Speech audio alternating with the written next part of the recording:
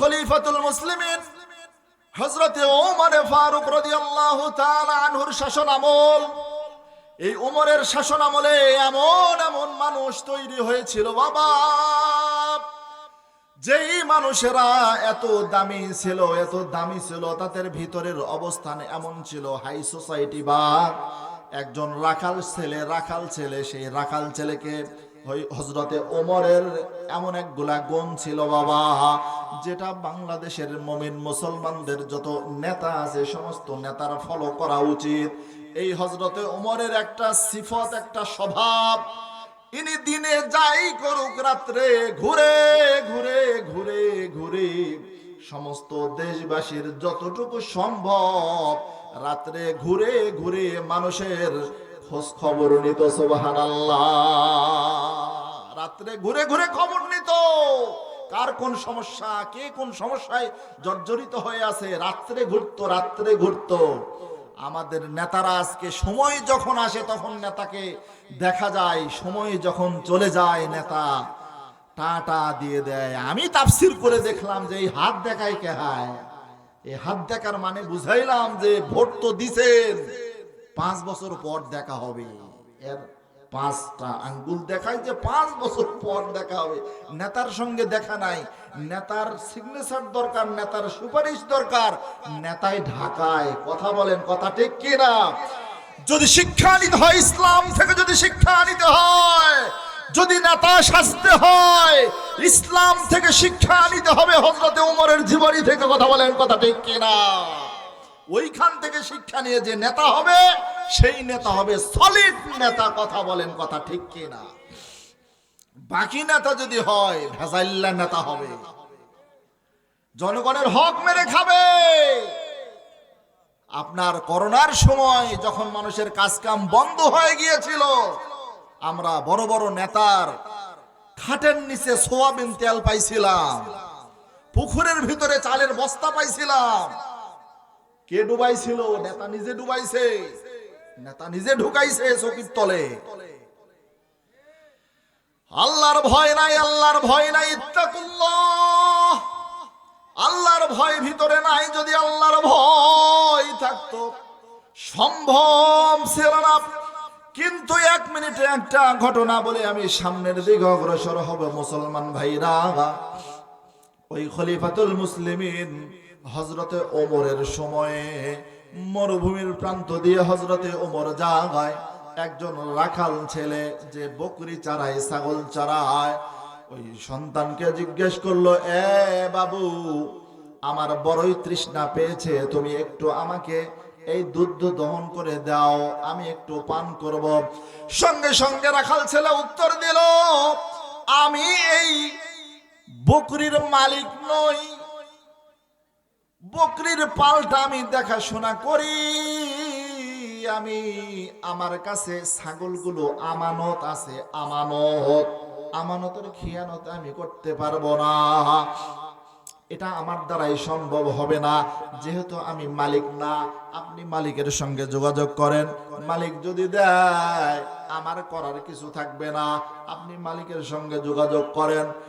সঙ্গে সঙ্গে খলিফাতুল মুসলিমিন হযরত ওমর ফারুক রাদিয়াল্লাহু তাআলা আনহু তাকে চুপি চুপি একটা প্রস্তাব দেয়। বাবা, প্রস্তাবটা অনেকটা এমন, কয়, এ কিশোর, এই ছেলে, তুমি একটা ছাগল আমার কাছে বিক্রি করে দাও, সেই বিক্রি করা ছাগল আমি জবাই করে গোশত খাবো, নতুবা দুধ আমি পোষণ করব, আমি দুধ খাবো, তুমি আমার কাছে বিক্রি করে দাও। তোমার মালিক জানবে না যে তুমি আমার কাছে বিক্রি করেছো, তুমি আমার কাছে দিয়ে দাও। তোমার মালিককে তুমি বলে দিবা একটা ছাগল হারায়া গেছে, একটা ছাগল জঙ্গলের বাঘে খেয়ে নিয়েছে, তাতে তুমি কিছু টাকা পাইলা, তোমার পকেট গরম হইল, আর ফাঁকতালায় আমারও দুধ পোষণ করা হলো, আমার দুধ খাওয়া হলো, অথবা গোশত খাবো, আমি ক্ষুধার্ত আমি আছি, তুমি এটা দিয়ে দাও। সঙ্গে সঙ্গে রাখাল ছেলে যেই উত্তরটা দিয়ে দিয়েছে, তাফসীরের ভাষায় এসেছে বাবা, সঙ্গে সঙ্গে ওই ছোট্ট বাচ্চা খলিফাতুল মুসলিমিন হযরতে ওমরকে কিন্তু চেনে না, কোনোদিন দেখে নাই। সঙ্গে সঙ্গে হাদিসের পরিভাষায় বাংলা ভাষায় যেটা এসেছে, এই লোক কি লোক? অর্ধ জাহানের বাদশা খলিফাতুল মুসলিমিন হযরতে ওমর, এত কড়া মানুষ, সেই ব্যক্তিকে, বাদশাকে এই রাখাল ছেলেটা বলতেছে কি, এই লোক আমাকে 2 নম্বরই শিখাও, আমাকে 2 নম্বরই শিখাও। আমি মিথ্যা কথা বলতে পারবো আমার মালিকের কাছে গিয়া, মালিক জানবে যে এটা বাগে খেয়েছে, কিন্তু ওই মালিকের তো একজন মালিক আছে, ওই মালিকের একজন মালিক আছে, তিনি আমার আল্লাহ। আল্লাহু আকবার। ইন্নাহু হুয়াস সামিউল আলিম।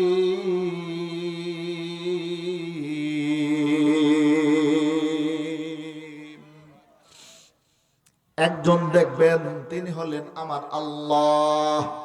ওই লোক, বুঝতে পারছেন? ওই লোক, ওই মালিক দেখবে না, কিন্তু একজন দেখবে, তিনি হলেন আমার আল্লাহ। আমার আল্লাহর চোখকে আমি ফাঁকি দিতে পারবো না। সুবহানাল্লাহ। কোন সময়ে একজন রাখাল ছেলে, ছোট্ট একটা কিশোর ছেলে, তার ভিতরে কি পরিমাণ আল্লাহ ভীতি, খোদা ভীতি, আল্লাহ ভীতি ঢুকেছে যে সামান্য দুধ পর্যন্ত, একটা ছাগল পর্যন্ত আল্লাহর ভয়ে দিচ্ছে না। সুবহানাল্লাহ বলেন। আউযু বিল্লাহি মিনাশ শাইতানির রাজীম। বিসমিল্লাহির রহমানির রহিম। الذي يراك حين تقوم وتقلبك في الساجدين إنه هو السميع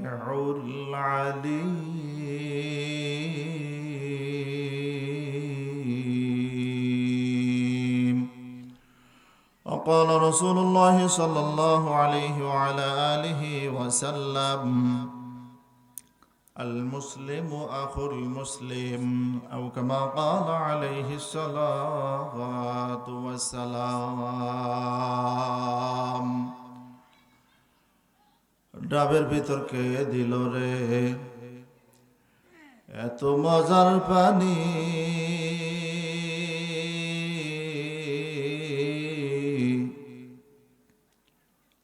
ডাবের ভিতরকে দিল রে এত মজার পানি,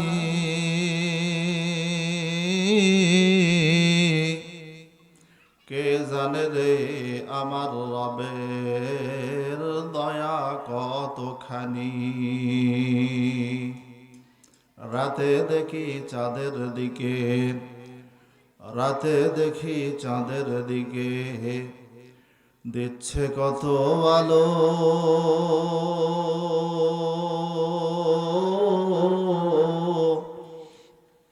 আল্লাহ তোমার সৃষ্টি দেখে শুধুই লাগে ভালো। বেটির জন্য ভেজার পিতা, বেটির জন্য ভেজার পিতা, খুরত নতুন গো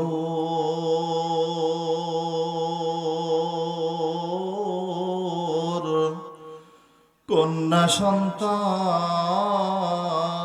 জন্মিলে মায়ের কাঁপিত সে অন্তর।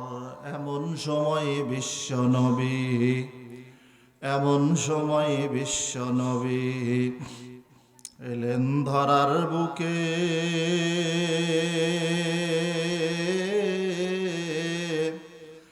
সকল বেদনা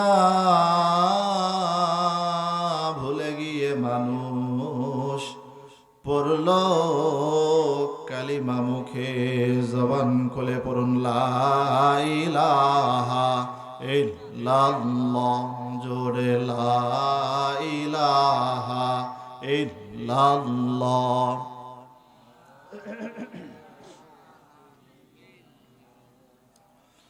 লা ইলাহা ইল্লাল্লাহ, লা ইলাহা ইল্লাল্লাহ, লা ইলাহা ইল্লাল্লাহ, লা ইলাহা ইল্লাল্লাহ, লা ইলাহা ইল্লাল্লাহ, লা ইলাহা ইল্লাল্লাহ। আসমানের মালিক যেই আল্লাহ, জমিনের মালিক সেই আল্লাহ, জোরে লা ইলাহা, জোরে লা ইলাহা ইল্লাল্লাহ, লা ইলাহা ইল্লাল্লাহ, মুহাম্মাদুর রাসূলুল্লাহ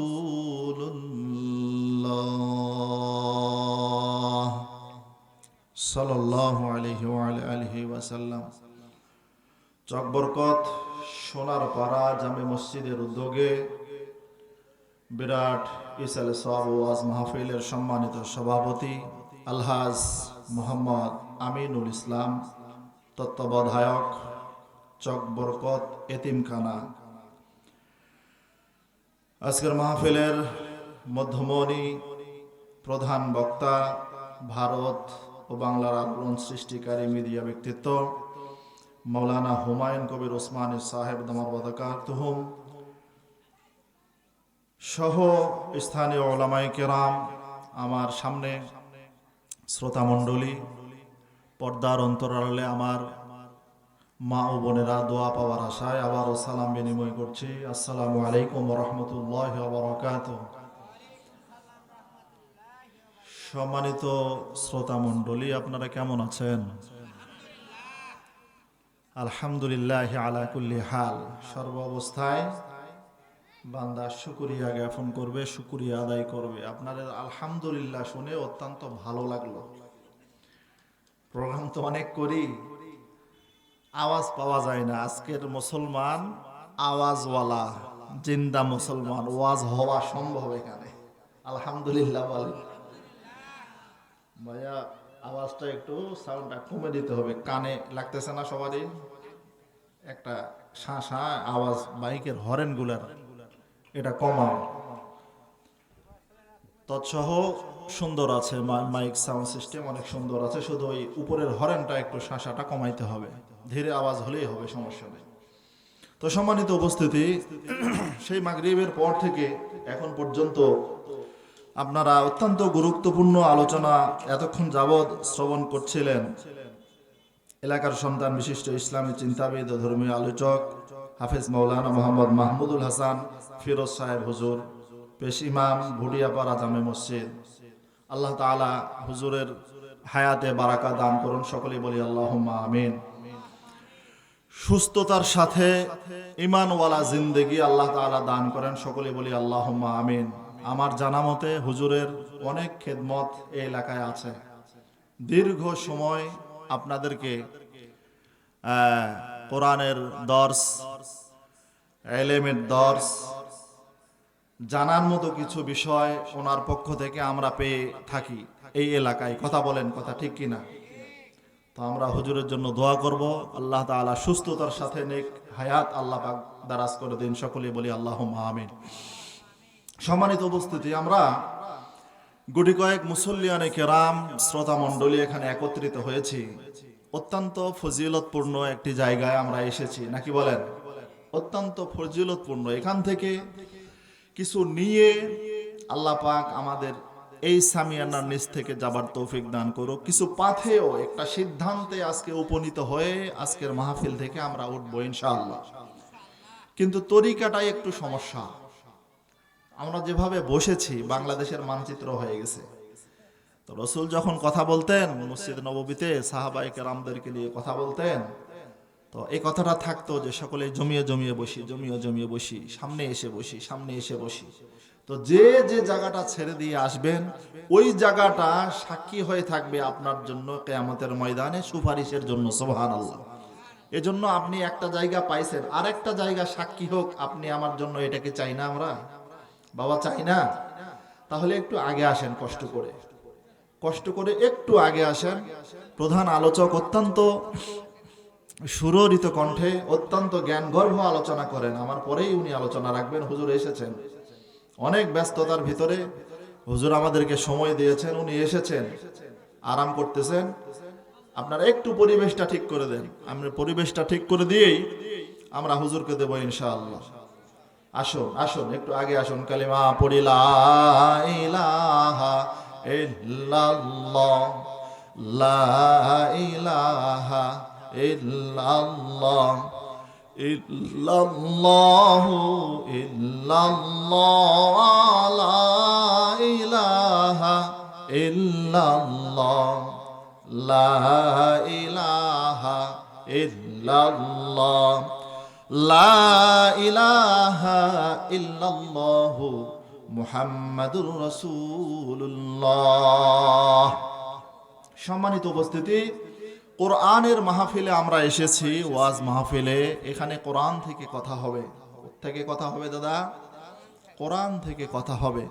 আল্লাহ তাআলার কথাগুলো রিলি করে শোনানোর চেষ্টা করব ইনশাআল্লাহ। আল্লাহ তাআলা যেটা বলেছেন, আসলে বান্দাদেরকে খুব মোহাব্বত করে ভালোবেসে বান্দা যেন বিপথে না যায়, আল্লাহ তাবারক ওয়া তাআলা রব্বুল ইজ্জাতি ওয়াল জালাল একটি নয়, দুইটি নয়, 6666টি আয়াতে কারিমা, 114 খানা সূরা আল্লাহ পাক এই কোরআনুল কারিমে চিঠি আকারে সমগ্র বিশ্বের মানুষদেরকে, মুসলমানদেরকে পাথেয় হিসেবে দিয়ে দিলেন। কোন সুবহানাল্লাহ।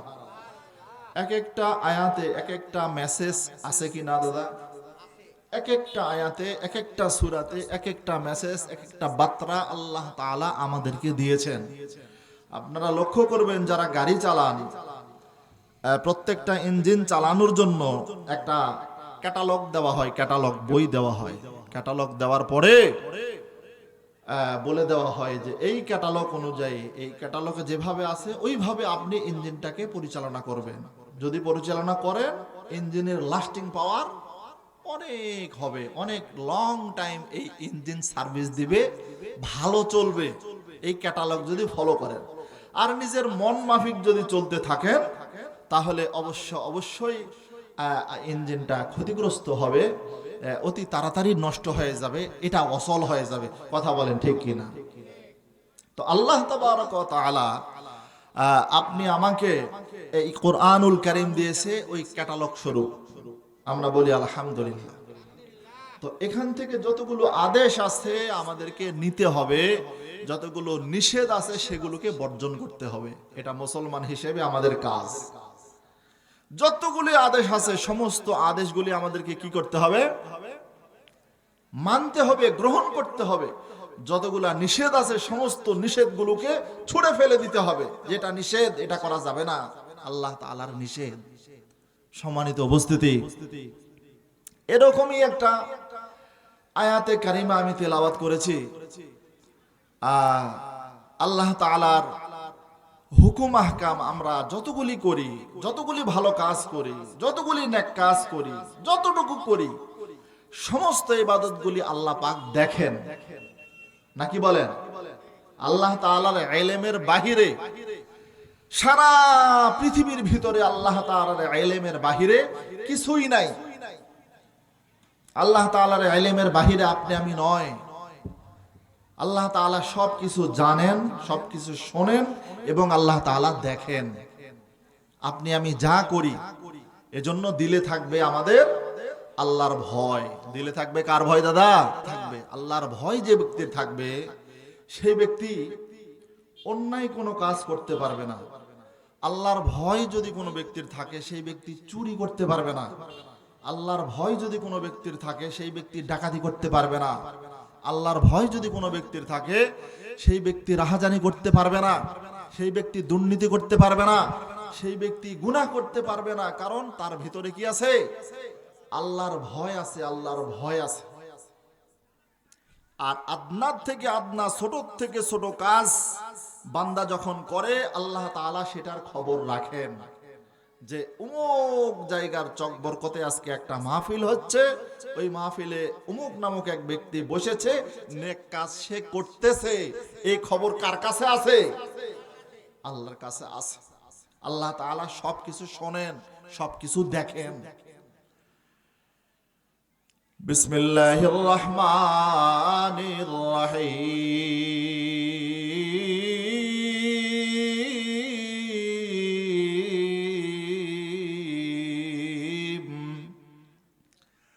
الذي يراك حين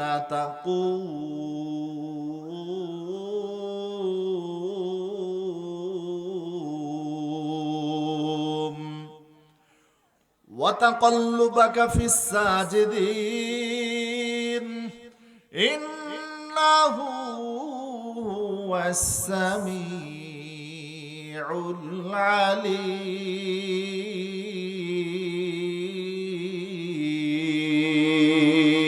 العليم الله أكبر।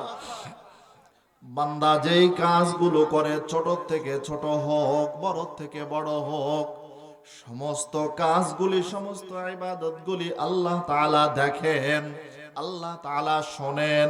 ইন্নাহু হুয়াস সামিউল আলিম, সমস্ত কিছু খবর রাখেন এবং সবকিছু তিনি শোনেন। বান্দা ভয় করবে আল্লাহ তাবারক ওয়া তাআলাকে। প্রত্যেকটা পয়েন্টে পয়েন্টে পয়েন্টে পয়েন্টে একজন মুমিন লক্ষ্য করবে, স্মরণ করবে, মনে রাখবে। প্রত্যেকটা সময় আল্লাহ তাবারক ওয়া তাআলাকে ভয় করাটাকে সে মুমিন একটা কাজ হিসেবে বেছে নিবে। ভালো কাজ যখনই করবে, খারাপ কাজ যখনই করার উপক্রম হয়ে যাবে, খারাপ কাজের কাছাকাছি যাবে, সঙ্গে সঙ্গে মাথায় রাখতে হবে যে আমাকে আল্লাহ তাআলা দেখতেছে। সুবহানাল্লাহ, আমাকে আল্লাহ তাআলা দেখতেছে। আল্লাহ তাআলার ইলম থেকে, আল্লাহ তাআলার জাত ও সিফত থেকে, আল্লাহ তাআলার নজরিয়াত থেকে কোনো বান্দা গাফেল নয়, কোনো বান্দা ছুটে যায় নাই, নজরের বাহিরে যায় নাই, সকলেই আল্লাহ তাআলার দৃষ্টিতে আছে। সুবহানাল্লাহ। ছোট শাহজালালের নির্ভীক সৈনিকেরা খতম কর গোবিন্দের এই চেলাচা মুন্ডাগুলা, ওলিদের এই ভূমিতে বিপ্লবের মশাল জ্বালা, ওলিদের এই ভূমিতে বিপ্লবের মশাল জ্বালা। ছোট শাহজালালের নির্ভীক সৈনিকেরা খতম কর গোবিন্দের এই চেলাচা মুন্ডাগুলা। লিল্লাহি তাকবীর, নারে তাকবীর। আজকের মাহফিল সফল হোক, সফল হোক। আজকের মাহফিল আল কোরআনের আলো, আল হাদিসের আলো, কোরআন সুন্নাহ যেখানে, কোরআন সুন্নাহ যেখানে, কোরআন নাই যেখানে, কোরআন হাদিস নাই যেখানে। সম্মানিত উপস্থিতি, এতটুকু মাসালা, এতটুকু বিষয় মাথায় ঢুকলো, আল্লাহ পাক সব কিছুই আমাদের দেখেন, সব খবর রাখেন। এমন কোন বিষয় নাই যে আল্লাহ তাআলা দেখেন না। এতটুকু তো বুঝে আসছে। আসুন আমরা সামনের দিকে অগ্রসর হই। ইত্তাকুল্লাহ, বান্দার ভিতরে থাকবে আল্লাহ তাবারক ওয়া তাআলার ভয়। বান্দা যদি আল্লাহ তাবারক ওয়া তাআলাকে ভয় করে, আল্লাহকে ভয় করলে বান্দা কোনো পাপাচারে নিমজ্জিত হয় না। আজকে আমরা সৃষ্টিকে ভয় করতে শিখেছি, সৃষ্টিকে ভয় করি, কিন্তু স্রষ্টাকে ভয় করা ভুলে গেছি বাবা। আজকে এই মুহূর্তে এই মজমায় যদি একটা সাপ ঢুকে যায়, বিষধর একটা সাপ আপনি আমার এখানে হামলা করলো, এখানে অতর্কিতভাবে মাহফিলে সাপ একটা ঢুকে গেছে, সঙ্গে সঙ্গে কিন্তু আমরা দৌড় শুরু করে দিব। কথা বলেন ঠিক কিনা? কারণটা হচ্ছে সাপ যদি একটা সবল দেয় আমি মৃত্যুবরণ করব, এখনই আমার চোখ রক্তিম বরণ ধারণ করবে, আমার শরীর বিষে বিসর্জিত হয়ে যাবে, আমি মারা যেতে পারি। সাপের ভয় বান্দা বোঝে ভিতরে ঢুকেছে। ভূমিকম্পি যদি আসে, ভূমিকম্প বাড়ি নড়াচড়া করে, ভয় ভিতরে ঢুকেছে, ভয় হয় যে কোনো মুহূর্তে মারা যেতে পারে। ভূমিকম্প সৃষ্টি করলো যে আল্লাহ, আল্লাহকে ভয় করার দরকার, সাপকে নয়, সাপের স্রষ্টাকে ভয় করার দরকার। কথা বলেন, কথা ঠিক কিনা? ভয় করবে বান্দা, ভয় মৃত্যুকে ভয় করে, মৃত্যুকে ভয় করে মানুষ শুধু ছুটাছুটি করে, মৃত্যু থেকে পলায়ন করার চেষ্টা করে, কিন্তু বাবা পালাইতে পারে না। ভয় অনেক কিছুর ভয়, সন্ত্রাসের ভয়, ডাকাতের ভয়, চুরির ভয়, মারামারির ভয়, হামলার ভয়, মামলার ভয়, রাহাজানির ভয়, সমস্ত কিছুর ভয় আছে। আল্লাহ তাবারক ওয়া তাআলা মোহাব্বত করে ভালোবেসে, আল্লাহ তাবারক ওয়া তাআলা মোহাব্বত করে ভালোবেসে সারা বিশ্বের মুমিন মুসলমানদেরকে ডাক দিতেছেন, ইয়া আইয়ুহাল্লাযীনা আমানু। আপনি আমার সন্তানের কিন্তু বাবা একটা নাম আছে, নাম ধরে ডাকে না, মোহাব্বত করে যদি ওই সন্তানটাকে ডাক দেন, এই আমার কলিজার টুকরা মেয়েকে যদি নাম ধরে না ডেকে বলেন আম্মু তুমি এদিকে আসো, ছেলেকে যদি ডাক দেন ছোট্ট বাচ্চা আব্বু তুমি এদিকে আসো, বলেন তো বাচ্চাটার কলিজা ঠান্ডা হয়ে যায় কিনা? মোহাব্বত করে বাবা ডাক দেয় তার ছেলে সন্তানকে, মেয়ে সন্তানকে মোহাব্বতের ডাক দেয়। আল্লাহ তাবারক ওয়া তাআলা রব্বুল ইজ্জাতি ওয়াল জালাল অসংখ্য অগণিত জায়গায় রব্বুল ইজ্জাতি ওয়াল জালাল ডাক দিলেন, ইয়া আইয়ুহাল্লাযীনা আমানু, হে ঈমানদারেরা, দুনিয়ার সকল বিষয়বস্তুকে তোমরা ভয় করলা, সাপকে ভয় করলা, ভূমিকম্পকে ভয় করলা, মৃত্যুকে ভয় করলা, তোমরা ভয় করলা চুরির, ডাকাতির, রাহাজানি, ছিনতাইয়ের, তোমরা মারামারির ভয় করলা, অনেক অ্যাক্সিডেন্টের ভয় করলা, কিন্তু আল্লাহ তাবারক ওয়া তাআলা বলতেছেন ইত্তাকুল্লাহ ফাত্তাকুল্লাহ ওয়া আতিউন। প্রকৃতপক্ষে মুমিন মুসলমান ওই ব্যক্তি হবে যেই ব্যক্তি আল্লাহকে ডরাবে, আল্লাহকে ভয় করবে। কোন সুবহানাল্লাহ। প্রকৃতপক্ষে ওই ব্যক্তি বুদ্ধিমান, ওই ব্যক্তি মুমিন, ওই ব্যক্তি পরহেজগার, ওই ব্যক্তি দিনদার, যার ভিতরে আল্লাহর ভয় ঢুকে গেছে। সুবহানাল্লাহ বলেন। যার ভিতরে কি ঢুকে গেছে দাদা? আল্লাহর ভয়, আল্লাহর ভয়, আল্লাহর ভয় যার ভিতরে ঢুকেছে, সমস্ত কিছু দুনিয়ার সে আঞ্জাম দিবে, সহি শুদ্ধ ভাবে হবে। কিন্তু যদি আল্লাহর ভয় না থাকে কোনো কিছুই সম্ভব নয়। সম্মানিত উপস্থিতি, আর একটু সামনের দিকে যায়, আসুন। মদিনা থেকে 350 মাইল দূরে এক যুবকের বাড়ি। কয় শত? 350 মাইল দূরে এক যুবকের বাড়ি। যুবক যাবে মদিনায় ব্যবসায়িক কাজে। এই যুবক একটা উট নিয়ে যুবক হাঁটি হাঁটি পা পা করে রওনা দিয়েছে। ওই যে পাহাড়ি পথ, গিরিপথ, পাহাড়ি পথ, জঙ্গলের পথ, এক পা দুই পা করে হাঁটি হাঁটি পা পা করে সামনের দিকে একটা উট নিয়ে এসে অগ্রসর হয়েছে এই যুবক মদিনায় যাওয়ার জন্য। এ ভাই, ভয় কাকে বলে? ভয় তাকুল্লাহ। ঘটনাটা বুঝাইতেছি, মনোযোগ সহকারে শোনেন। মা বোন যারা আছেন শোনেন, এখান থেকে অনেক কিছু শিক্ষা এবং মেসেজ আপনি পেয়ে যাবেন।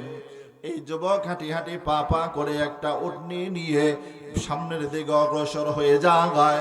ওই যে পাহাড়ি পথ, গিরিপথ, মরুভূমির পথ, 150 কিলো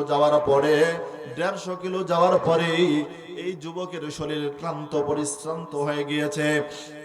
একটা গাছের মধ্যে বাবা ওই উটটিকে বাধাই করার পরে ওই যুবক একটু বিশ্রাম নেওয়ার জন্য ওই খেজুর গাছের গোড়ায় মাথা হেলানি দিয়ে একটু শুয়ে পড়ছে।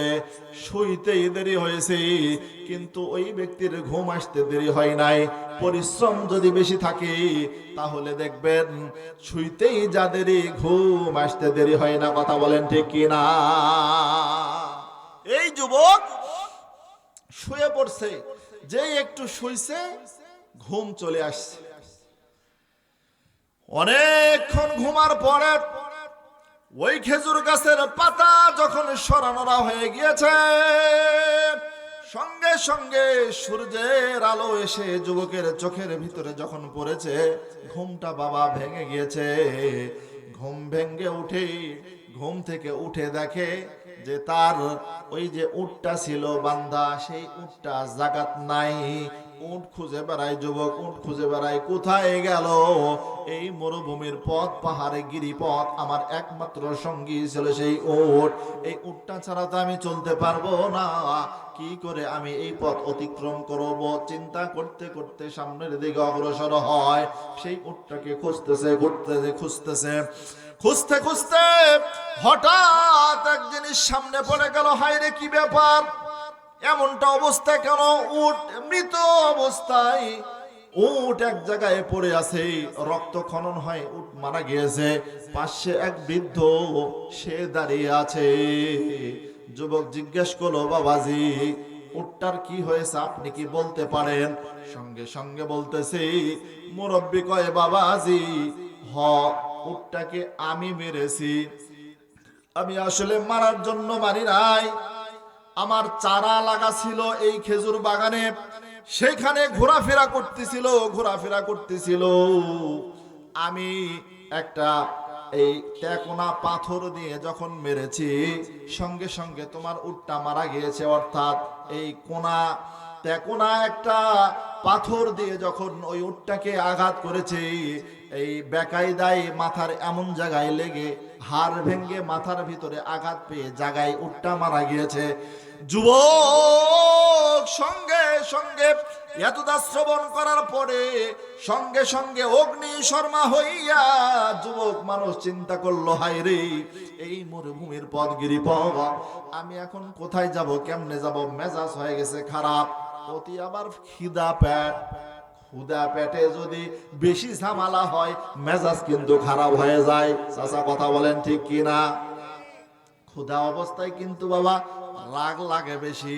যুবক মানুষ রাগ করে এমন এক ঘুষি দিছে, ওই বৃদ্ধর এমন জায়গায় লেগেছে, এই জায়গায় ঘুষিটা লাগার পরে সঙ্গে সঙ্গে ওই বৃদ্ধ ওখানে মৃত্যুবরণ করেছে। একটু পরে যুবকের হুঁশ এসে গেছে, হারে আমি এটা কি করলাম? রাগের মাথায় অনুশোচনা হয়েছে, হায় রে, আমি একজন মানুষকে মেরে ফেললাম, এটা কেমন কাজ হলো? হয়তো দেখবেন গ্রামে এমন একগুলা গন্ডগোল হয়ে যায়, মারামারি হয়ে যায়, এমন নিজ আত্মীয়র সঙ্গে হয়েই যায়। পরে বোঝা যায়, হায় রে, এটা আমার পুরাটাই ভুল হয়েছিল, সে তো আমার আপনজন হয়ে গেছে, এখন কি করব? অনুতপ্ত হচ্ছে। এরকম হয় কি না ভাই? হয় কি হয় না? ওই রকম ঠিক একই কায়দায় ওই যুবক অনুতপ্ত হয়েছে, হায় রে, এটা কেমন কাজ হয়ে গেল? ইন দ্য মেন টাইমে ওই বুড়ার মুরব্বী বাবাজির দুইটা সন্তান বাবাকে খোঁজার জন্য বাগানে এসে দেখে এক উট মরে পড়ে আছে, আবার নিজের বাবার লাশ পড়ে আছে। যুবক দুটা কান্নাকাটি শুরু করলো, হায় রে কোন কাজ, বাবা মৃত্যুবরণ করেছে। এই যুবক, কি তুমি দেখেছো এখানে কি হয়েছে? সঙ্গে সঙ্গে যুবক স্বীকার করে বলল, ভাই যান, ঘটনা ঘটেছে এই, আমার উটটাকে তোমার বাবা আঘাত করেছে, উটটা মারা গিয়েছে, আমি আবার তোমার বাবাকে রাগ করে মেরেছি, তোমার বাবা মারা গিয়েছে, এখন আমি অনুতপ্ত, আমি কি করব? সন্তান দুটি, ওই মুরব্বী বাবাদের সন্তান দুটি অগ্নিশর্মা হইয়া সঙ্গে সঙ্গে যুবকের কলার ধরে রাগান্বিত অবস্থায় অগ্নিশর্মা হয়ে গিয়েছে। সঙ্গে সঙ্গে এই যুবক বলতেছে, ভাই শরীয়তের আদালতে চলো, বিচার হয়ে যাক, এই খুনের অপরাধ নিয়ে আমি আল্লাহর কাছে যাইতে চাই না, দুনিয়ার বিচারটা দুনিয়ায় হয়ে যাক। কোন সুবহানাল্লাহ। এই যে তার ভিতরে একটা অনুশোচনা আসলো যে আমি অপরাধী। যদি কেউ কাউকে হত্যা করে, খুন করে ফেলে, তাহলে তার অনুশোচনা আসা চাই, যে ব্যক্তি কোনো অপরাধ ছাড়া একজন ব্যক্তিকে হত্যা করলো, একটা প্রাণকে হত্যা করলো, সে জানে গোটা পৃথিবীকে হত্যা করলো, গোটা পৃথিবীর মানুষকে সে হত্যা করলো। অথচ আমরা দেখি আজকে রাজনৈতিক প্রেক্ষাপটে শত শত হাজার হাজার প্রাণ চলে যায়। আপনার একটা হুকুমের কারণে হাজার হাজার মানুষের, আমাদের যুবক সন্তানের জীবনগুলো চলে যায়। একটা অনুশোচনা স্বরূপ সরি তাদের মুখ দিয়ে বাড়ায় না, প্রতিশোধ নেওয়ার জন্য তারা ভিডিও কলে অডিও কলে বার্তা ছাড়ে। কথা বলেন ঠিক কিনা? অনুশোচনা আসে না, অনুশোচনা হয় না যে আমি মানুষ মারছি, শুধু হুকুমই দেয়। কথা বলেন ঠিক কিনা? সম্মানিত উপস্থিতি, ওই দুইজন ছেলে, বৃদ্ধ বাবাদের দুইজন ছেলে কলার ধরে যুবককে সঙ্গে সঙ্গে মদিনাতুল মুনাওয়ারায় সামনের দিকে নিয়ে যায়। হাঁটি হাঁটি পা পা করে সামনের দিকে অগ্রসর হয়। বিচার করার জন্য যুবককে নিয়ে চলে গেল মদিনাতুল মুনাওয়ারায়। ক্ষমতার মসনদে বসা খলিফাতুল মুসলিমিন হযরতে ওমর ফারুক রাদিয়াল্লাহু তাআলা আনহু। কোন সুবহানাল্লাহ। এমন শাসনামল, ওমরের শাসনামল, এমন শাসনামল বাবা, সবচাইতে গরম মাপের সাহাবী, সেই সাহাবীর নাম হচ্ছে হযরতে ওমর। ওহির মেজাজের একজন মানুষ হযরত ওমর। এমন মেজাজ, যে মেজাজে ওহি বলা হয় হযরতে ওমরকে। প্রেক্ষাপট অনুযায়ী রাসূলকেও বলেছেন, ইয়া রাসূলুল্লাহ, এই কাজটা এইভাবে করলে আমার মনে হয় খুব উত্তম হয়, ভালো হয়, এটা আমার চিন্তা। সঙ্গে সঙ্গে ওই চিন্তার উপরে আল্লাহ তাবারক ওয়া তাআলার পক্ষ থেকে আয়াত নাজিল হয়েছে যে ওমর যেটা চিন্তা করেছে ওটাই রাইট, ইয়া রাসূলুল্লাহ, আপনি ওটা করবেন। সুবহানাল্লাহ। এজন্য ওমরকে বলা হয় মেজাজে ওহী। কি বলা হয়? মেজাজে ওহী। নবীর দরজা বন্ধ হয়ে গিয়েছে। যদি কেউ, আপনি আমার নবীর পরে যদি কেউ নবী হইতো, ওমরকে আল্লাহ পাক নবী হিসেবে পাঠাইতেন। সুবহানাল্লাহ। এই হযরতে ওমর শাসন আমল, ওমরের ক্ষমতা, তখন ওমর সেই ক্ষমতার মসনদে বসা, সেই জায়গায় বিচার গেছে। বাবা, বিচার কি শক্ত হবে না নরম হবে? বিচার কি শক্ত হবে না নরম হবে? কি মনে হয়? শক্ত বিচার হবে। বিচারটা কি আপনারা দেখবেন? বিচারটা দেখবেন, কেমন বিচার হয় বিচারটা দেখবেন। ততক্ষণ পর্যন্ত সময় দিবেন তো ইনশাআল্লাহ। আমার পরেই বড় হুজুর আছে, তারপরে আবার আরেক বড় হুজুর আছে, এই যে ইসালে সোয়াব আছে না? ওই দিন এক মাহফিল করছি, আল্লাহর রহমতে মাহফিল শেষ, এমন মারামারি লাগছে ভাই, বিশ্বাস করেন, জেলার নামও বলা যাবে না, গ্রামের নামও বলা যাবে না, বদনাম হয়ে যাবে। কথা বলে ঠিক কিনা? বদনাম হয়ে যাবে, বলা যাবে না। একটা পোলাওয়ের জন্য, একটা খিচুড়ির জন্য মারামারি করবার লাগবে? এখানে আসছি কি আমরা খিচুড়ির জন্য?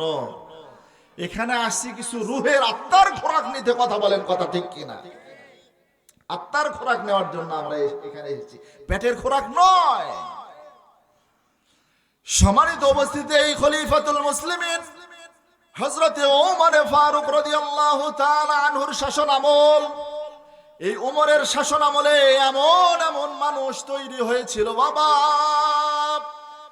যেই মানুষেরা এত দামি ছিল, এত দামি ছিল, তাদের ভিতরের অবস্থান এমন ছিল হাই সোসাইটি। বা একজন রাখাল ছেলে, সেই রাখাল ছেলেকে হযরতে ওমরের এমন একগুলা গুণ ছিল বাবা, যেটা বাংলাদেশের মুমিন মুসলমানদের যত নেতা আছে সমস্ত নেতার ফলো করা উচিত। এই হযরতে ওমরের একটা সিফত, একটা স্বভাব, ইনি দিনে যাই করুক, রাত্রে ঘুরে ঘুরে ঘুরে ঘুরে সমস্ত দেশবাসীর যতটুকু সম্ভব রাত্রে ঘুরে ঘুরে মানুষের খোঁজ খবর নিত। সুবহানাল্লাহ। রাত্রে ঘুরে ঘুরে খবর নিত, কার কোন সমস্যা, কে কোন সমস্যায় জর্জরিত হয়ে আছে, রাত্রে ঘুরতো। আমাদের নেতারা আজকে সময় যখন আসে তখন নেতাকে দেখা যায়, সময় যখন চলে যায় নেতা টাটা দিয়ে দেয়। আমি তাফসীর করে দেখলাম যে এই হাত দেখায় কে হয়, এই হাত দেখার মানে বুঝাইলাম যে ভোট তো দিছেন, 5 বছর পর দেখা হবে, এর 5টা আঙ্গুল দেখায় যে 5 বছর পর দেখা হবে। নেতার সঙ্গে দেখা নাই, নেতার সিগনেচার দরকার, নেতার সুপারিশ দরকার, নেতাই ঢাকায়। কথা বলেন, কথা ঠিক কি না? যদি শিক্ষা নিতে হয়, ইসলাম থেকে যদি শিক্ষা নিতে হয়, যদি নেতা সাজতে হয়, ইসলাম থেকে শিক্ষা নিতে হবে হযরতে ওমরের জীবনী থেকে। কথা বলেন, কথা ঠিক কি না? ওইখান থেকে শিক্ষা নিয়ে যে নেতা হবে, সেই নেতা হবে সলিড নেতা। কথা বলেন, কথা ঠিক কি না? বাকি নেতা যদি হয় ভেজাইল্লা নেতা হবে, জনগণের হক মেরে খাবে। আপনার করোনার সময় যখন মানুষের কাজকাম বন্ধ হয়ে গিয়েছিল, আমরা বড় বড় নেতার খাটের নিচে সোয়াবিন তেল পাইছিলাম, পুকুরের ভিতরে চালের বস্তা পাইছিলাম। কে ডুবাইছিল? নেতা নিজে ডুবাইছে, নেতা নিজে ঢুকাইছে চকির তলে। আল্লাহর ভয় নাই, আল্লাহর ভয় নাই। ইত্তাকুল্লাহ, আল্লাহর ভয় ভিতরে নাই। যদি আল্লাহর ভয় থাকতো সম্ভব ছিল না। কিন্তু 1 মিনিটে একটা ঘটনা বলে আমি সামনের দিকে অগ্রসর হব। মুসলমান ভাইরা, ওই খলিফাতুল মুসলিমিন হযরতে ওমরের সময়ে মরুভূমির প্রান্ত দিয়ে হযরতে ওমর যায়। একজন রাখাল ছেলে যে বকরি চড়ায়, ছাগল চড়ায়, ওই সন্তানকে জিজ্ঞেস করলো, এ বাবু, আমার বড়ই তৃষ্ণা পেয়েছে, তুমি একটু আমাকে এই দুধ দহন করে দাও, আমি একটু পান করব। সঙ্গে সঙ্গে রাখাল ছেলে উত্তর দিল, আমি এই বকরির মালিক নই, বকরির পালটা আমি দেখাশোনা করি, আমি আমার কাছে ছাগলগুলো আমানত আছে, আমানতের খিয়ানত আমি করতে পারবো না, এটা আমার দ্বারাই সম্ভব হবে না। যেহেতু আমি মালিক না, আপনি মালিকের সঙ্গে যোগাযোগ করেন, মালিক যদি দেয় আমার করার কিছু থাকবে না, আপনি মালিকের সঙ্গে যোগাযোগ করেন।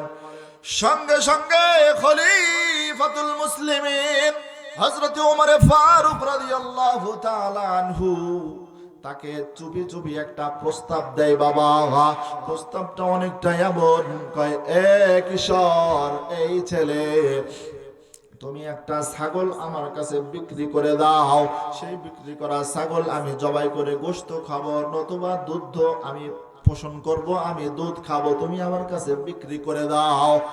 তোমার মালিক জানবে না যে তুমি আমার কাছে বিক্রি করেছো, তুমি আমার কাছে দিয়ে দাও। তোমার মালিককে তুমি বলে দিবা একটা ছাগল হারায়া গেছে, একটা ছাগল জঙ্গলের বাঘে খেয়ে নিয়েছে, তাতে তুমি কিছু টাকা পাইলা, তোমার পকেট গরম হইল, আর ফাঁকতলায় আমারও দুধ পোষণ করা হলো, আমার দুধ খাওয়া হলো, অথবা গোশত খাবো, আমি ক্ষুধার্ত আমি আছি, তুমি এটা দিয়ে দাও। সঙ্গে সঙ্গে রাখাল ছেলে যেই উত্তরটা দিয়ে দিয়েছে, তাফসিরের ভাষায় এসেছে, বাবা সঙ্গে সঙ্গে ওই ছোট্ট বাচ্চা খলিফাতুল মুসলিমিন হযরতে ওমরকে কিন্তু চেনে না, কোনোদিন দেখে নাই। সঙ্গে সঙ্গে হাদিসের পরিভাষায় বাংলা ভাষায় যেটা এসেছে, এই লোক কি লোক? অর্ধ জাহানের বাদশা খলিফাতুল মুসলিমিন হযরতে ওমর, এত কড়া মানুষ, সেই ব্যক্তিকে, বাদশাকে এই রাখাল ছেলেটা বলতেছে কি, এই লোক আমাকে 2 নম্বরই শিখাও, আমাকে 2 নম্বরই শিখাও। আমি মিথ্যা কথা বলতে পারবো আমার মালিকের কাছে গিয়া, মালিক জানবে যে এটা বাগে খেয়েছে, কিন্তু ওই মালিকের তো একজন মালিক আছে, ওই মালিকের একজন মালিক আছে, তিনি আমার আল্লাহ। আল্লাহু আকবার। ইন্নাহু হুয়াস সামিউল আলিম।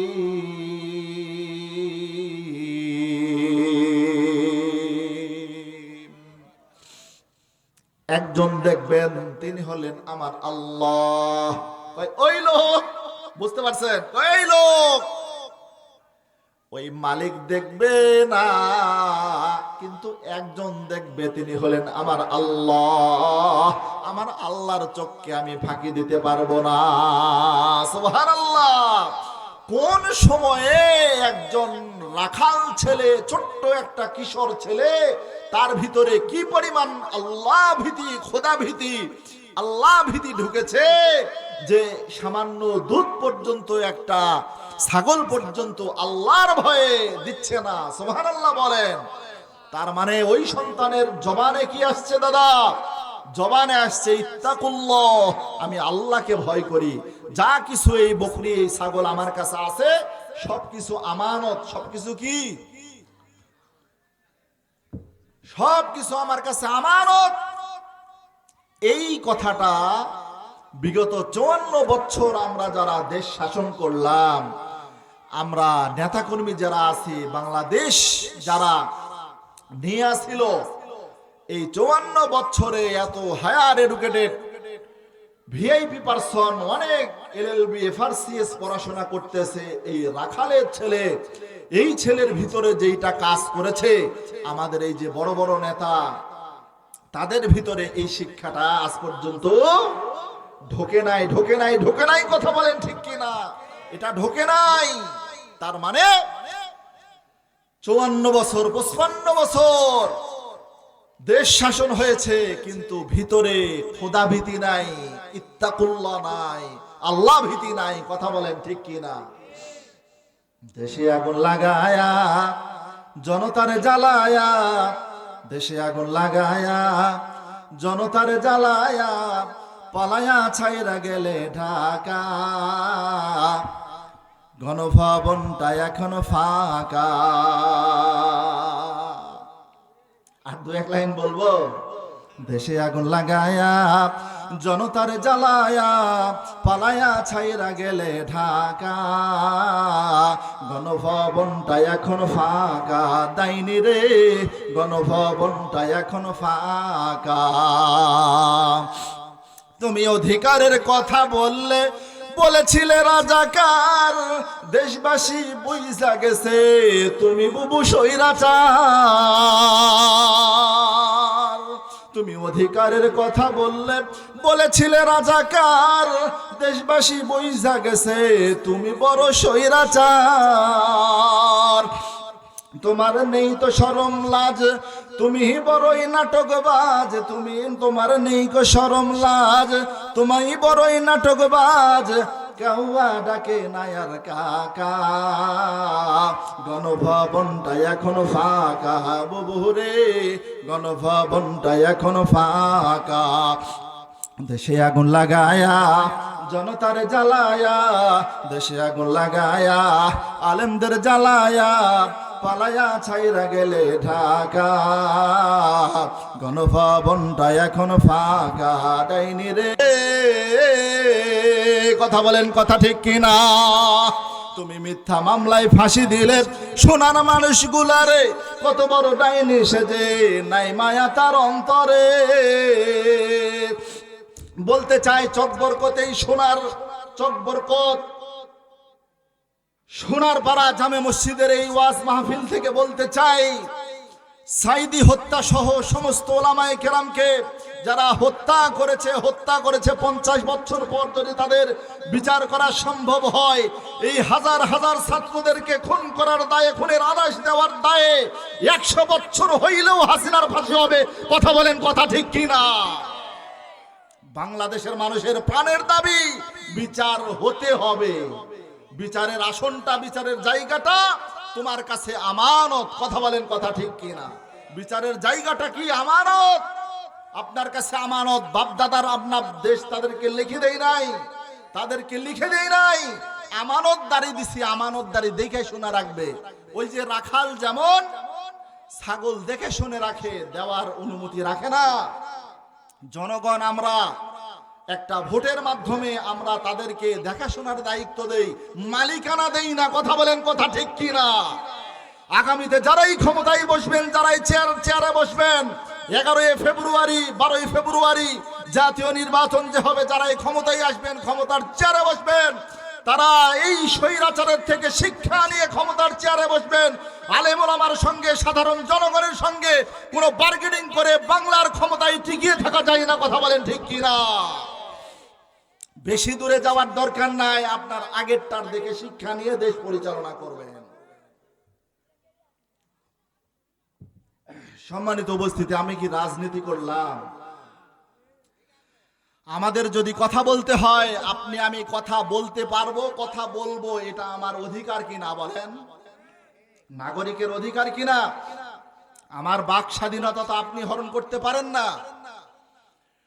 আমার ভাষ্য অনুযায়ী আমি বলবো, আপনি যদি নেতা হয়ে থাকেন, নেতার মতো নেতা হয়ে থাকেন, তাহলে আপনি সেটা শুনে যাবেন, সহ্য করবেন, যুক্তিক হলে আমাকে লিখিত দিবেন। কথা বলেন, কথা ঠিক কিনা?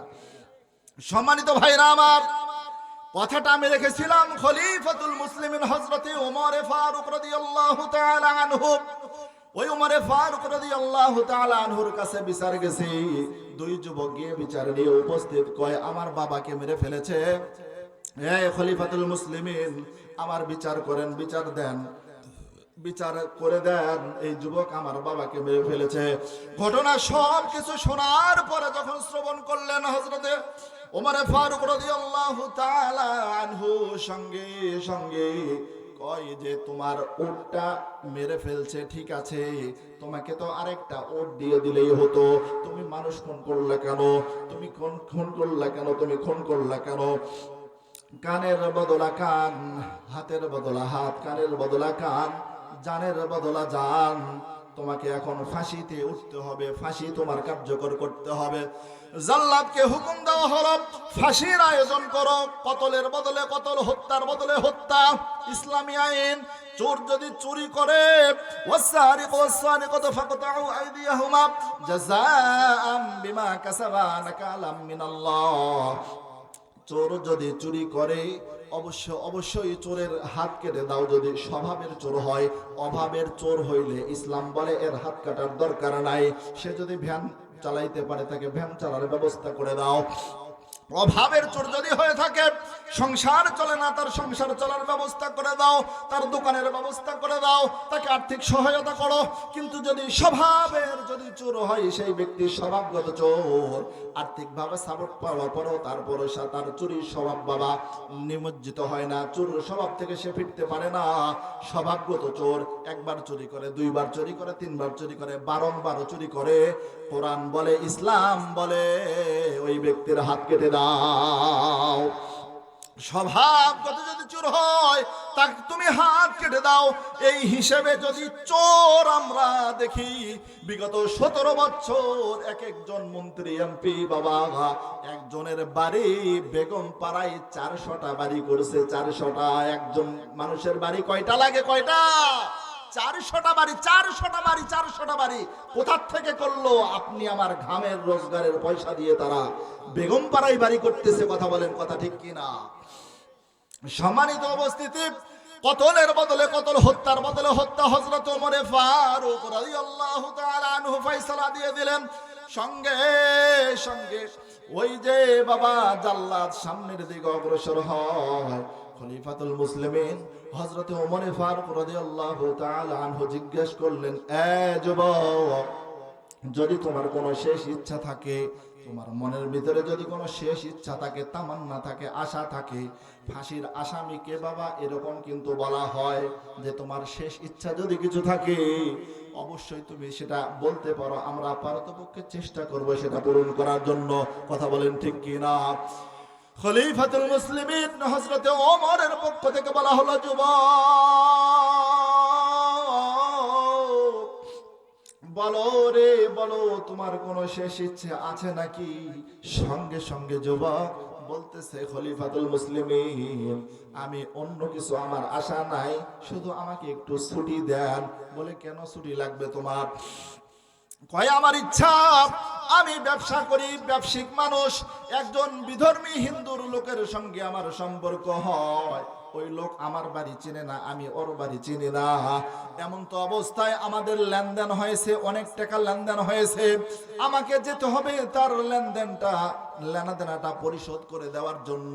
যদি আমি না দেই তাহলে ওই খ্রিস্টান ব্যক্তি, হিন্দু ব্যক্তি সারা জীবন মুসলমানদের গাল মন্দ করে যাবে, গাল দিবে, বকা দিবে। কয়, মুসলমানেরা ধোঁকাবাজ, মুসলমান রে মারু খাকা, মুসলমান প্রতারক, টাকা নিয়ে টাকা পরিশোধ করে না, মুসলমানদের একটা বদনাম হয়ে যাবে।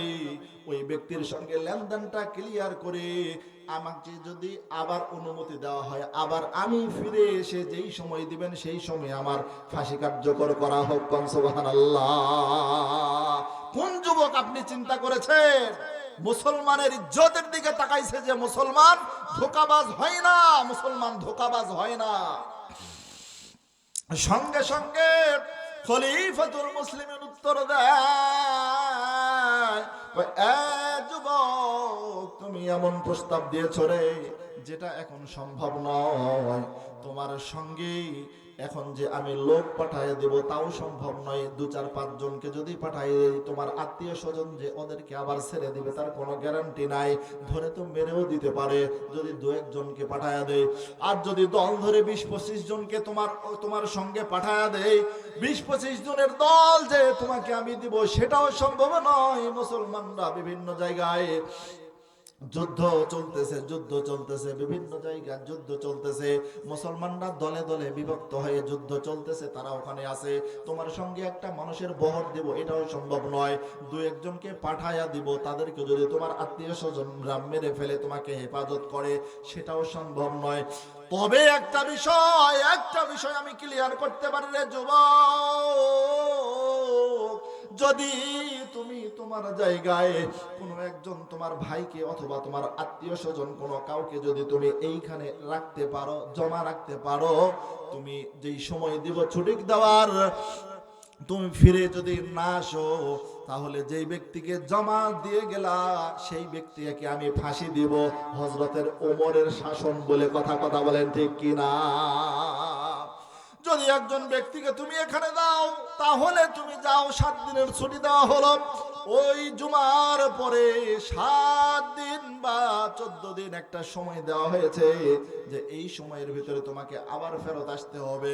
সঙ্গে সঙ্গে যুবক ডেকে বলে, খলিফাতুল মুসলিমিন, এই মদিনায় আমার কোনো পরিচিত মানুষ নাই, আমার কোনো আত্মীয় স্বজন নাই, আমার এই শহরে একেবারে আমি নতুন, আমারে কেউ চেনে না।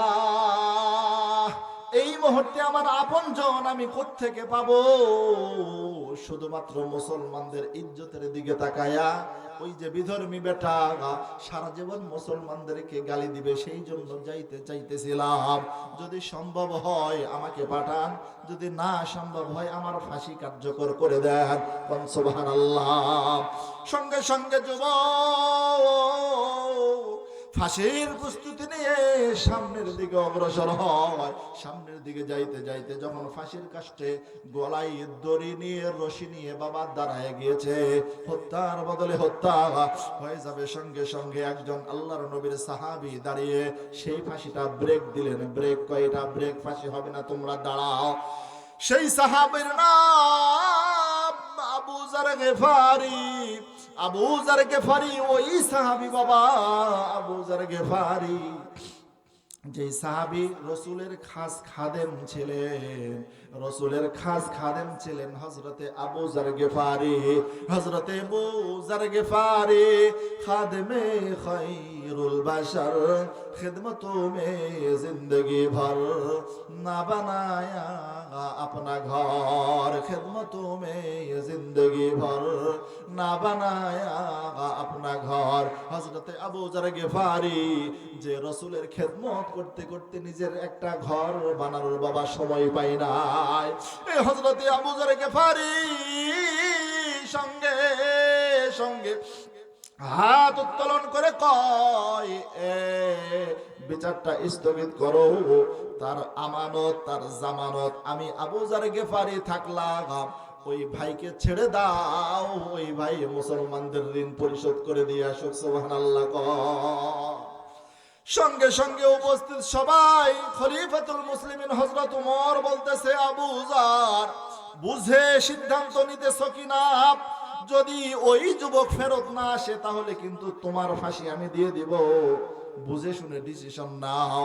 হযরতে আবু যার গিফারি সঙ্গে সঙ্গে বলে, আমি আবু যার রসুলের মুখ থেকে শুনেছি মুসলমান মুসলমানের ভাই। আমি খুতবার পরে যে হাদিস পড়েছিলাম, আল মুসলিমু আখুল মুসলিম, মুসলমান মুসলমানের ভাই, রসুলের জবানে আমি শুনেছি। অন্য কোন সম্পর্কের আমাদের দরকার নাই, ওই ভাইকে আপনি ছেড়ে দেন, ওই ভাইয়ের জায়গায় আমি দাঁড়াই গেলাম। এই হযরতে আবু যার গিফারির এমন দুইটা কাজ ছিল বাবা, এই দুইটা কাজের কারণে আবু যার গিফারির এত দাম আল্লাহ তাবারক ওয়া তাআলার কাছে। আবু যার গিফারি, হযরতে আবু যার গিফারি এই যখন এক চাদর মোড়া দিয়ে সামনের দিকে অগ্রসর হয়, সঙ্গে সঙ্গে নবীকে ডেকে বলে, জিবরাইল ডেকে বলে, ইয়া রাসূলুল্লাহ, ওই যে আবু যার যায়, আবু যার গিফারি আপনার সাহাবী আবু যার গিফারি যায়, দেখেন না আবু যার গিফারি যায়। সঙ্গে সঙ্গে রাসূল বলেন, তুমি কেমনে চিনো আবু যার গিফারি রে? সঙ্গে সঙ্গে জিবরাইল বলেন, শুধু আমি নয় ইয়া রাসূলুল্লাহ, আসমানের সকল ফেরেশতা আবু যার গিফারিরে চিনে। সুবহানাল্লাহ। দুইটি কারণে চিনে। কয়টি কারণে বাবা? দুইটি কারণে চিনে। একটি কারণ হলো আবু যার গিফারি খুব নরম মনের মানুষ, নম্রভাবে চলাফেরা করেন, নম্রভাবে। وعباد الرحمن الذين يمشون على الأرض هونا وإذا خاطبهم الجاهلون قالوا سلاما। আবু যার গিফারি নরম সরম মানুষ, জমিনে যখন চলে মনে করে যে যদি কোনো জাহান্নামে দেওয়ার মতো কোনো ব্যক্তি আল্লাহ বানায়, তাহলে আমি আবু যারকে আল্লাহ বানাইছে জাহান্নামে দেওয়ার জন্য। নিজেকে নিজে ছোট মনে করে বাবা। আর একটা গুণ হইল, এই আবু যার গিফারি বিসমিল্লাহ সহ এতবার সূরা ইখলাস তেলাওয়াত করেছে, সূরা ইখলাস তেলাওয়াত করেছে। যদি কোনো ব্যক্তি এরকম ভাবে বিসমিল্লাহ সহকারে একবার সূরা ইখলাস তেলাওয়াত করে, 10 পারা কোরআন পড়লে যেই সওয়াব হয়, বান্দার আমলনামায় সেই সওয়াব দিয়ে দেওয়া হয়। সুবহানাল্লাহ। ওই আবু যার গিফারি এ বিসমিল্লাহ সহকারে সূরা ইখলাস এতবার তেলাওয়াত করেছে। 3 বার যদি কোনো ব্যক্তি বিসমিল্লাহ সহ সূরা ইখলাস তেলাওয়াত করে, এক খতম কোরআন সওয়াবের আমলনামায় তার সওয়াব দেওয়া হয়ে যায়। এই আবু যার গেফারি এতবার এই সূরা ইখলাস তেলাওয়াত করেছে, যা অন্য কারো আমলনামায় নাই। সুবহানাল্লাহ। এই আবু যার গেফারি জামানত হইয়া ওই যুবককে ছেড়ে দিল। যুবক চলে যায়।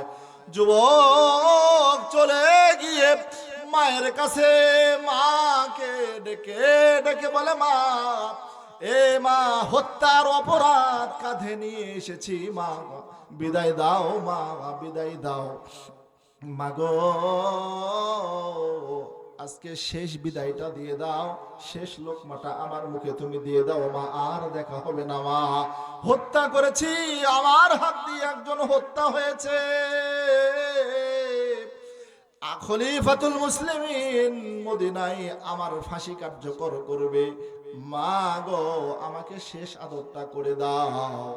মার কাছ থেকে বিদায় নিয়েছে, বাবার কাছ থেকে বিদায় নিয়েছে, ঋণ পরিশোধ করে দিয়েছে বাবা।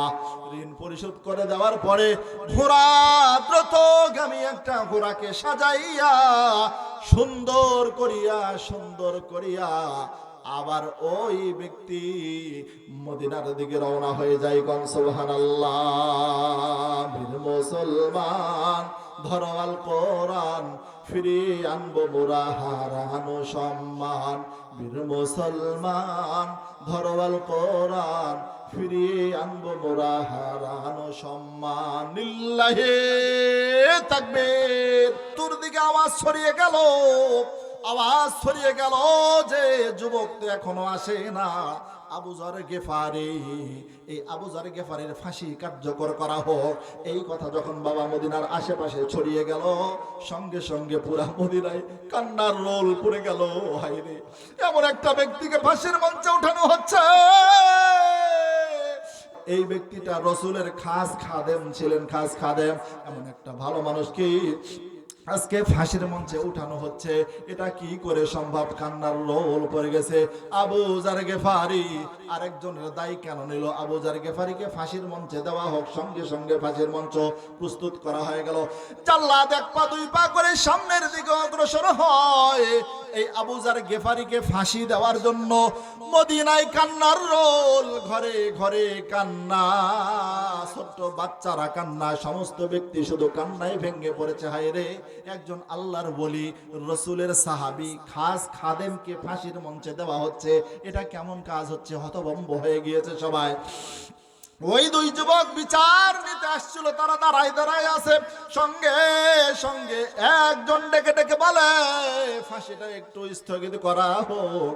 ওই যে দেখা যায় মরুভূমির প্রান্তরে, মরুভূমির দিকে কে যেন ওই যে ঘোড়া দৌড়াইয়া স্পিরিটে কে যেন মদিনার পথে আসতেছে। কোন সুবহানাল্লাহ।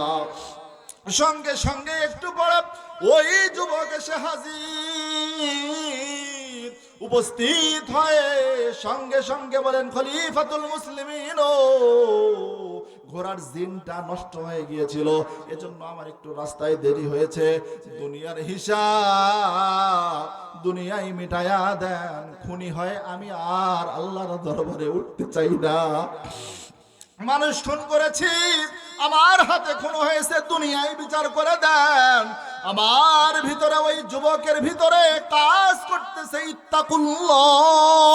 আল্লাহু আকবার বলেন। আল্লাহর ভয়।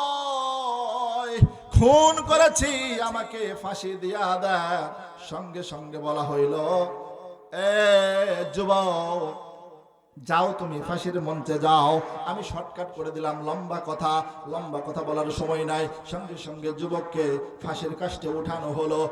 ওই যে যুবক পাশে দাঁড়ায় ছিল 2 জন, ওই যে বৃদ্ধর 2 জন সন্তান দাঁড়ায়া থাকিয়া সঙ্গে সঙ্গে হাত উত্তোলন করে বলে, খলিফাতুল মুসলিমিন, যেই ব্যক্তি 350 মাইল ঘোড়া দৌড়াইয়া নিজে পাক হওয়ার জন্য, নিজে সলিড হওয়ার জন্য অপরাধী, সে পরিষ্কার হওয়ার জন্য, দুনিয়ার বিচার দুনিয়ায় মিটে দেওয়ার জন্য যে 350 মাইল ঘোড়া দৌড়াইয়া ফাঁসির মঞ্চে এসে দাঁড়াইতে পারে, সেই ব্যক্তি আর যাই হোক সে ইচ্ছা করে খুন করতে পারে না।